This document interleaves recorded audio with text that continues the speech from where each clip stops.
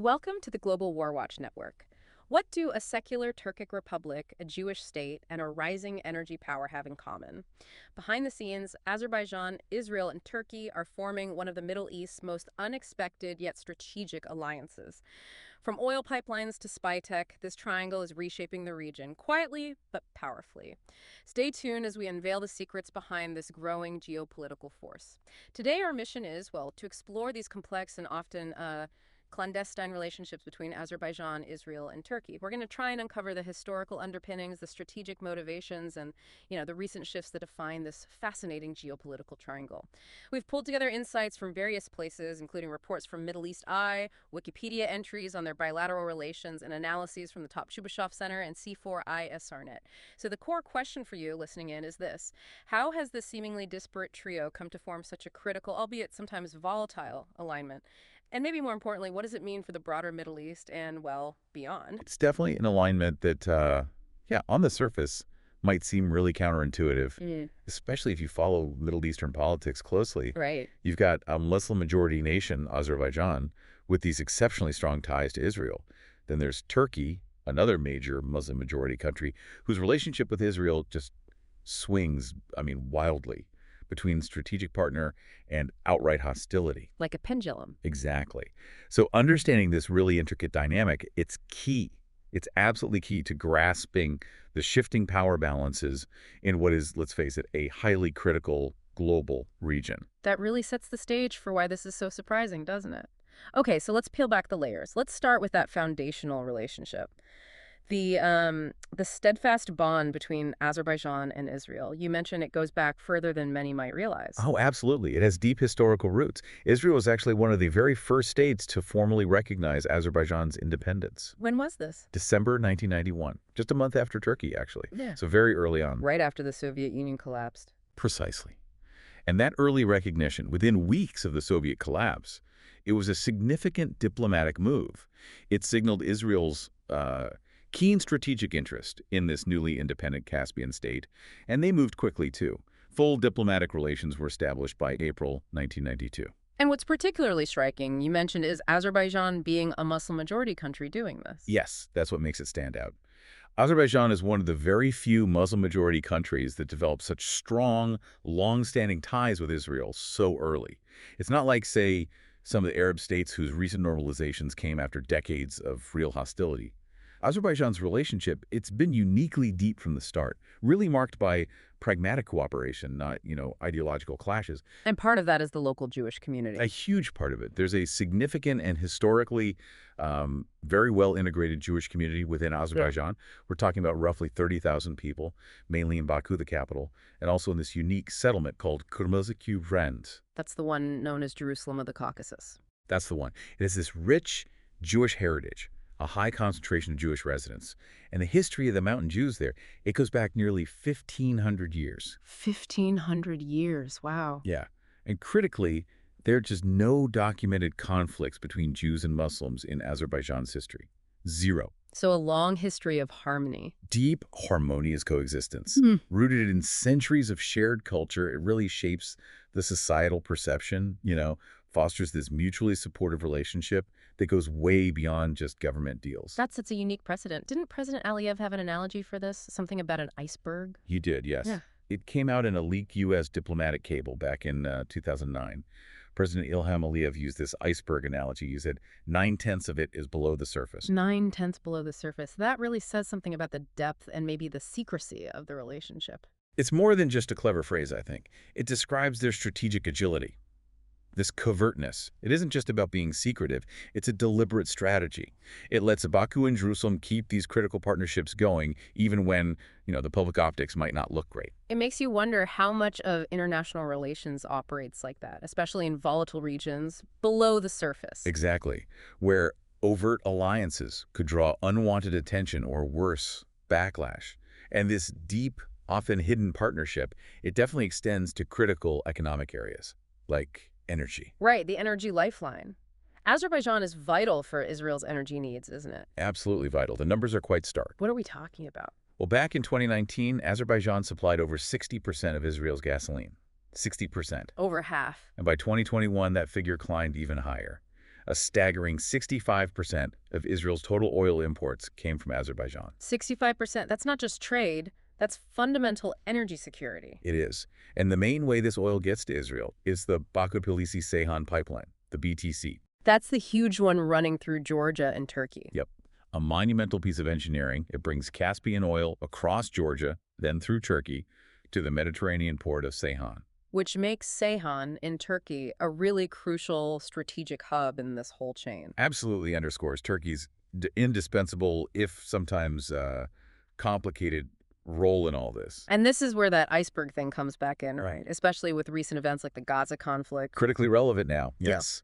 Despite the ongoing conflict, and despite official customs records from Azerbaijan apparently showing a halt in direct oil exports to Israel last October, reports from sources like Middle East Eye and also Haaretz more recently, I think June 2025, they reveal that oil sales from Azerbaijan to Israel have actually continued discreetly. How? How are they managing that? Well, the transactions have allegedly been shifted. They're using traders, possibly shell companies, registered in third countries, maybe in Europe. To avoid the direct link. Exactly. To avoid public scrutiny and, crucially, Turkish pressure. This below-the-surface trade, it's fascinating. Does it show the limits of public pressure or just how strong the economic needs are? I think it reveals a situation where, geopolitical necessity often trumps public rhetoric. Middle East Eye specifically reported that the halt in direct sales back in October, that was driven explicitly by pressure from Turkey. Which makes sense, Turkey being Azerbaijan's key political and military ally. And the pipeline runs right through their territory. Ankara itself cut trade ties with Israel in May of last year over Gaza. Plus, there were big public protests in Turkey, people accusing Erdogan's government of basically letting this oil flow continue to Israel. So Baku is caught in the middle. A very delicate balancing act. Ilham Shaban, he's the chairman of the Caspian Barrel Oil Research Center, he put it perfectly. He said, by selling through these third-party traders, Baku can avoid publicizing that the oil eventually ends up in Israel. So they can maintain a public stance. That the sales do not fuel the planes that annihilate Palestinian children, as he phrased it. It's a stark example of the geopolitical tightrope they have to walk. Navigating conflicting loyalties and public anger. And this energy cooperation, it's not just oil either. They've even talked about importing Azerbaijani gas to Israel. And Israel sees itself as a potential partner for marketing Caspian oil to Asia, using its own Trans-Israel pipeline. So it's deepening. Okay, so energy is huge. But beyond that, the military and security side, that seems just as, if not more, critical. It gives Baku a decisive edge, you said. Absolutely decisive. It's transformed their defense capabilities. Azerbaijan is a major importer of Israeli military tech. How major? The relationship grew exponentially. Between the 2010s and 2020, somewhere between 60 and 69% of Azerbaijan's total military imports came from Israel. 60 to nearly 70%. Astonishing, isn't it? This isn't just buying weapons. It shows deep trust, a real strategic alignment on defense. And this played out in Nagorno-Karabakh. Critically, both in the September 2023 offensive and the bigger 2020 Second Karabakh War. Israeli technology was, well, a game changer. How so? What kind of systems? Advanced systems, especially long-range missiles and these sophisticated exploding drones, loitering munitions are called. Right. These systems basically made up for Azerbaijan having a relatively small air force. They allowed Baku to project power, precision targeting, stuff that would have been unimaginable before. Can you give some examples? Sure. We're talking about a whole range of UAVs drones from top Israeli defense firms like Elbit, III Malat, Rafael. These gave them critical intelligence and strike capabilities. Then there's the Brak 8 air defense system. Really advanced. It can destroy targets up to 150 kilometers away. And it's been tested in combat? Yes, in Azerbaijan. There were reports it even took down advanced Russian-made Iskander missiles and older Soviet Scud missiles. Taking down an Iskander, that's a big deal, isn't it? What does that really signify? It's huge. The Iskander is a sophisticated Russian ballistic missile, highly regarded for speed, precision. Successfully intercepting it shows an incredibly advanced anti-missile capability. It doesn't just help Azerbaijan's defense, it sends a powerful message globally about how effective Israeli systems are, potentially challenges perceptions of Russian military tech in some areas. So it has implications beyond the immediate conflict. What else? There's a Green Pine radar system, astonishing range, 800 kilometers observation, gives unparalleled early warning and targeting, and the Sky Striker kamikaze drones. Azerbaijan was reportedly the first foreign buyer back in 2019. Kamikaze drones, what makes them so effective? They're incredibly precise. They can loiter, just hang around over a target area waiting for the right moment before diving in. Devastatingly effective against fixed targets, moving targets. And the psychological impact, it's often far bigger than just the explosion. This is really advanced stuff changing the military balance there. Absolutely. And there's more. Gabriel V anti-ship missiles, huge range, 200 to 400 kilometers, bolstering their naval defense. Plus, Israeli-made OPV-62 and Sheldog Mark V patrol ships for their Coast Guard. And there are plans already for even more powerful ships, SAR S-72 corvettes. The sheer volume and sophistication, it's clear how vital Israel is to Azerbaijan's military strategy. Were there signs of direct support during the recent conflict? Very clear signs. C4ISRnet tracked Azerbaijani military cargo planes flying repeatedly between an Israeli airbase, Avda known for exporting explosives, and an airfield near Nagorno-Karabakh. When was this? Just weeks before the September 2023 assault. This wasn't just routine logistics. It looked like direct material backing right when it mattered most. That's striking. And it wasn't just implied support either, was it? Didn't an Azerbaijani official say something explicit? Yes, back in 2016, the Azerbaijani defense minister openly called an Israeli combat drone a nightmare for the Armenian army. Very blunt. So the military link is undeniable. What about intelligence? That's another key pillar. There's mutual intelligence sharing, especially against perceived extremist groups like Hizb ut-Tahrir, Who are they? a pan-Islamist group. They want a global caliphate, non-violent means mostly, but ideologically radical. Both Azerbaijan and Israel see them as destabilizing. And this cooperation extends to counterterrorism, too. Definitely. There was a foiled plot back in 2008 to bomb the Israeli embassy in Baku. It was blamed on Hezbollah, with alleged Iranian involvement.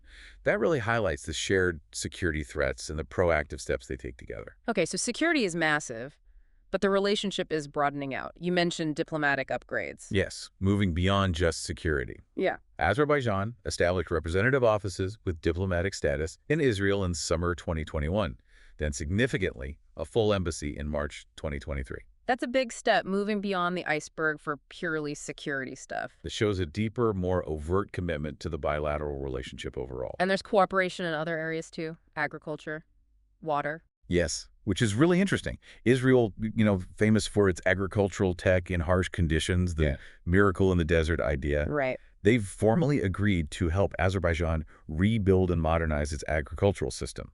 And in return, Azerbaijan will supply farm products to Israel, helping Israeli food security. That makes sense, especially since Azerbaijan is the driest country in the South Caucasus. Exactly. They face serious drought issues. So they're also collaborating closely on advanced water management systems, sharing Israeli expertise in things like desalination, drip irrigation, water recycling, turning a vulnerability into a potential strength for Azerbaijan. So it's becoming a much broader partnership, sustainable development, not just immediate security. That's the long-term vision, it seems. And underlying a lot of this, maybe the most significant geopolitical driver for both of them, is Iran. The shared perception of Iran as a threat. A significant, enduring threat. Now, Baku usually says its partnerships aren't aimed against any third party. But Iran doesn't see it that way. Not at all. The Islamic Republic views this closeness between Baku and Jerusalem with deep discomfort, vulnerability even, especially given Iran's own internal situation. You mean Iran's own Azeri population? Precisely. Its huge estimates go up to 18 million ethnic Azeris in Iran, mostly in provinces right next to Azerbaijan. Tehran is deeply worried about Azerbaijani influence, maybe even separatism among them. The stakes for Iran's internal stability are incredibly high. And there have been reports or allegations about military cooperation against Iran, using Azerbaijani bases. Persistent allegations, yes. Though always denied by both countries. Claims that the Israeli Air Force might be preparing to use Azerbaijan's Sitalche military airbase. How close is that to Iran? Very close. Only about 500 kilometers from the border.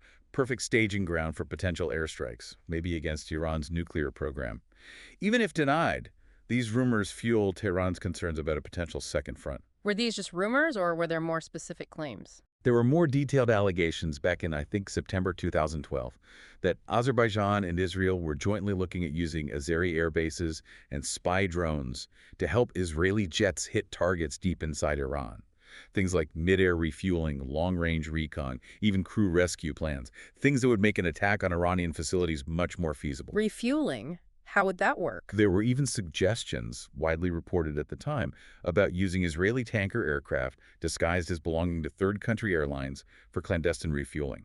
Very covert stuff. And wasn't there something about stolen nuclear documents? Yes, in 2018, Azerbaijan was allegedly the final stop for thousands of top-secret Iranian nuclear documents, Right. reportedly stolen by Mossad agents right out of Tehran in a major covert operation. These are massive allegations. If true, they show incredibly deep clandestine cooperation against Iran. And the tension isn't just alleged. Sometimes it's right out in the open. Remember September 2021, Iran held big military drills right near the Azerbaijan border? President Aliev's response. He sent a very clear, symbolic message. He was publicly photographed in front of cameras just casually caressing an Israeli-made Hurab kamikaze drone. A deliberate signal. Absolutely, a defiant display, signaling both his country's capabilities and its powerful alliances. Okay, so that paints a picture of a strong, often hidden, very strategic bond between Azerbaijan and Israel, forged by shared threats, energy needs, pragmatic understanding. Now, let's pivot. Let's talk about the volatile axis. Israel and Turkey. You called it a geopolitical roller coaster. That's putting it mildly. A profoundly turbulent relationship. Historically, though, it started very differently. How so? Turkey has the distinction of being the first Muslim-majority country to recognize Israel, way back in 1949, barely a year after Israel was founded. That's significant, especially at that time. Groundbreaking. Most regional states were hostile. This early recognition laid the groundwork for what became, especially in the 1990s, a period of remarkably high cooperation. Diplomacy, military ties, strategy. Trade and tourism, too. Booming in the 90s. It was a really robust, multifaceted partnership back then. And there was even a secret pact? Yes, the Peripheral Pact in 1958, signed secretly between Israel's Ben-Gurion and Turkey's Prime Minister Menderes. What was that about? It was part of Israel's peripheral strategy, trying to build alliances with non-Arab states on the edge of the Arab world to counter potential Arab threats. This pact focused on joint PR, strong intelligence sharing, even mutual military support. Shows how deep the alignment once was. But then things changed dramatically, around 2008. Sharp and dramatic turn for the worse. The deterioration really kicked off at the 2008-2009 Gaza war, Operation Cast Lead. The Turkish government, under Erdogan, who was prime minister then, issued really strong condemnations of Israeli actions, a big shift from their previous, more restrained positions. And the Davos incident. Ah, yes, Davos, January 2009, World Economic Forum. Erdogan famously walked out of a panel discussion right after accusing Israeli President Shimon Peres to his face of killing people in Gaza. That was incredibly public. It signaled a new, much more confrontational era, and it resonated deeply with parts of the Turkish public. Weren't there issues with Turkish TV shows, too? Yes, later that year, October 2009, Turkish state TV aired this primetime series, Ayrılık, or Separation. It had overtly anti-Israeli content, really disturbing scenes, like Israeli soldiers shooting Palestinian kids, mistreating elderly Arabs. That sounds inflammatory. It was. And then came that incident in January 2010. The Israeli Deputy Foreign Minister Danny Ayalon deliberately humiliated the Turkish ambassador, seated him on a lower chair, no Turkish flag during a public meeting. It caused huge outrage in Ankara. But the absolute lowest point was the Mavi Marmara, wasn't it? Undeniably the nadir, May 2010. The Gaza Freedom Flotilla, trying to break the Gaza blockade. Israeli commandos raided the lead ship, the Mavi Marmara, in international waters. And people were killed. 9 activists, mostly Turkish citizens, were killed by Israeli troops. It caused a massive international outcry, a severe diplomatic crisis. What was Turkey's immediate reaction? Recalled their ambassador instantly, suspended all military cooperation, demanded a formal apology, significant compensation, and an end to the Gaza blockade. Erdogan called the raid state terrorism. Relations plunged to an unprecedented low. It did severe, lasting damage. A monumental crisis. And Erdogan himself made some very controversial comments later about Zionism. He did. In 2013, at a UN event, he stated that Zionism is a crime against humanity. He later tried to clarify it as criticism of Israeli policies, not anti-Semitism, but the remarks drew widespread condemnation, cemented the image of a hostile stance. And there were those reports about Mossad agents. Highly damaging reports, yes, by David Ignatius in the Washington Post, alleging Turkey had revealed the names of up to 10 Mossad agents to Iran in 2013. A potentially catastrophic breach of trust for any intelligence sharing. If true, that's incredibly serious. Did he make other accusations? Yes, in August 2013, he claimed Israel was behind the coup in Egypt that overthrew Mohammed Morsi. Just extraordinary claims. All this really underscored the deep animosity that had built up. But despite all that, there were attempts to reconcile. There were. Shows those underlying strategic needs often push states back together even after huge fallouts, like the apology for Mavi Marmara, When was that? March 2013, reportedly brokered by President Obama. Israeli PM Netanyahu, called Eduzan, offered a formal apology for the raid, regretted the operational errors, and agreed in principle to compensation. So after 3 years of freeze, an apology opened the door. A tentative path, yes. Showed the diplomatic muscle the U.S. could wield there. Then came a formal reconciliation deal in June 2016, aimed to end the 6-year rift properly. What was in that deal? Key things. Turkish parliament would cancel legal actions against the Israeli soldiers from the raid. Turkey committed to preventing hostile activity against Israel from its soil, though Hamas could still operate politically, a tricky distinction. What about Gaza aid? All aid to Gaza would go via Israeli inspection. But Israel would allow Turkish humanitarian projects there. Hospital, power station, desalination plant, under Israeli security oversight. And the compensation. Israel agreed to pay $20 million lump sum to the Mavi Marmara victims' families, and this allowed ambassadors to return. Kemal Okum for Turkey, Ita Naouye for Israel. So a period of normalization, however fragile, did it last? It was tentative.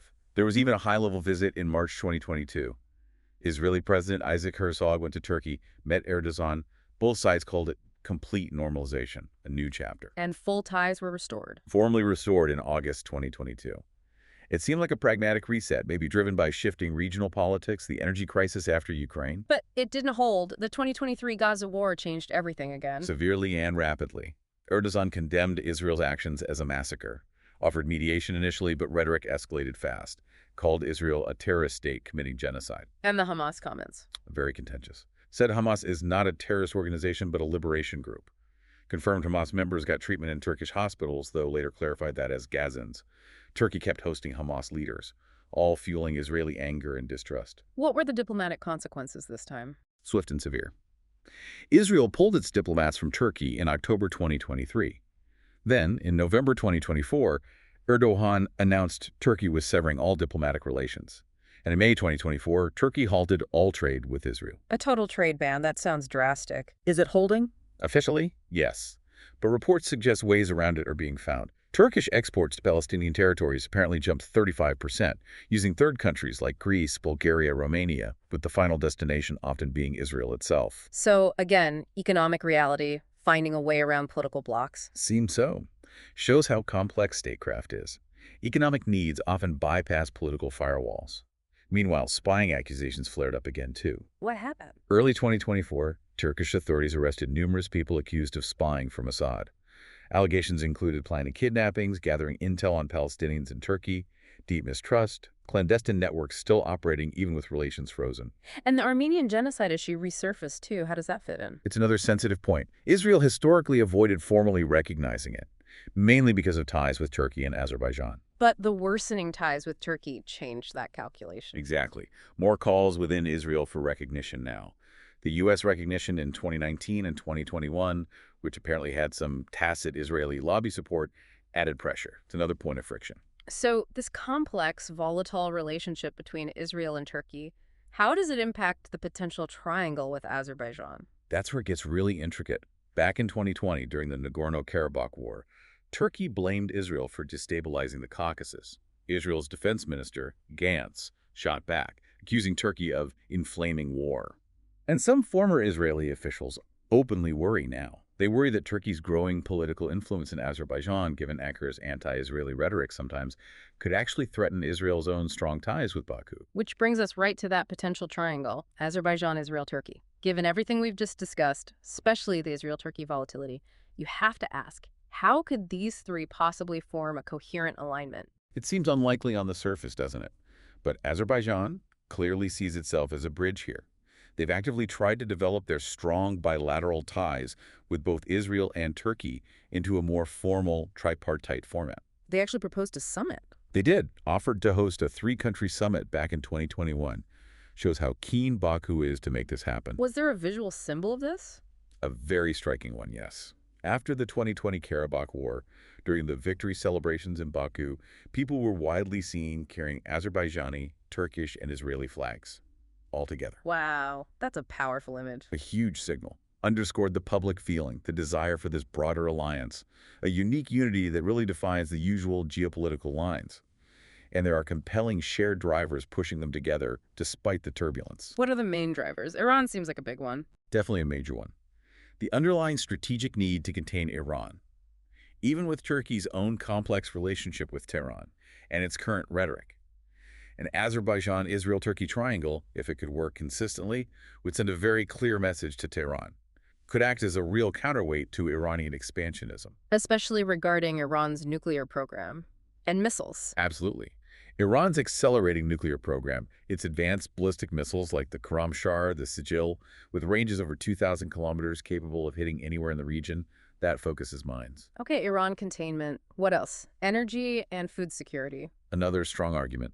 Their combined strengths are very complementary. Azerbaijan's energy resources, oil and gas, Turkey's vital logistics role, transit routes, trade bridge to Europe, and Israel's advanced tech, agriculture, water management. So together, they could be more resilient. Potentially offer really flexible, resilient solutions for crises, especially thinking about things like Russia's invasion of Ukraine, which showed just how vulnerable global energy and food supplies are. That makes sense. What about Central Asia? Is that another shared interest? It is, and it's intriguing. Central Asia, huge hydrocarbon resources, historically a strategic competition zone between Russia and China. All three, Azerbaijan, Israel, Turkey, have distinct interests there. How so? Well, Azerbaijan and Turkey share deep ethno-linguistic ties with Central Asian nations. They have good relations. Ankara's influence is growing, partly because some countries there see Turkey as a counterweight to Moscow and Beijing's neo-imperial ambitions. And Israel's role? Israel also has wide and growing relationships there. Kazakhstan, Turkmenistan, Uzbekistan are top regional trading partners for Israel. They're involved in agriculture, tech projects. So trilateral cooperation could boost all their efforts there. Significantly. Boost trade, enable joint projects, maybe energy infrastructure, transport routes, collectively expand their influence in this resource-rich, strategically vital area, new leverage, new opportunities. So the strategic logic is definitely there. Shared threats, economic needs, regional ambitions, but the challenges, they seem huge, especially the Israel-Turkey problem. That remains the biggest hurdle, no question, the inherent volatility. It makes any long-term formal cooperation incredibly difficult to plan or rely on. It's the unpredictable element. But you also mentioned that even when things are bad publicly, some dialogue continues. That's the crucial point. Despite the public drama, the trade bans, the withdrawn diplomats, intelligence, security, even some economic talks between Israel and Turkey have apparently nearly always continued behind the scenes. The iceberg principle again? Perhaps. It suggests there's a persistent underlying strategic logic, a need for cooperation that holds even when public relations are terrible. There seems to be a foundational belief, as one analysis put it, that the proximity of Azerbaijan, Israel, and Turkey is mandated by a number of variables. Meaning, despite the fireworks, there's an enduring rationale for them to find common ground. So we've covered the deep Azerbaijan-Israel bond, the roller coaster of Israel-Turkey relations, and the compelling yet challenging arguments for this Azerbaijan-Israel-Turkey triangle. It's clearly a region defined by shifting alliances, pragmatic deals, and strategic moves often happening, well, below the surface. So something for you to think about. How might these quiet, often hidden diplomatic and military maneuvers actually be more impactful than all the public statements in shaping the Middle East's future? What else could be happening below the surface right now that we haven't yet seen that might be redefining power in ways we just don't perceive yet? It's certainly clear that in this region, the public face of diplomacy often masks deeper, maybe more consistent strategic currents that keep evolving, pushing nations together even when their words pull them apart. Thank you for tuning in to the Global War Watch Network. If you found this analysis insightful, please do like, share, and subscribe to our channel. We'd also really encourage you to share your thoughts in the comment section below and join us on social media. All the links you need are provided in the description.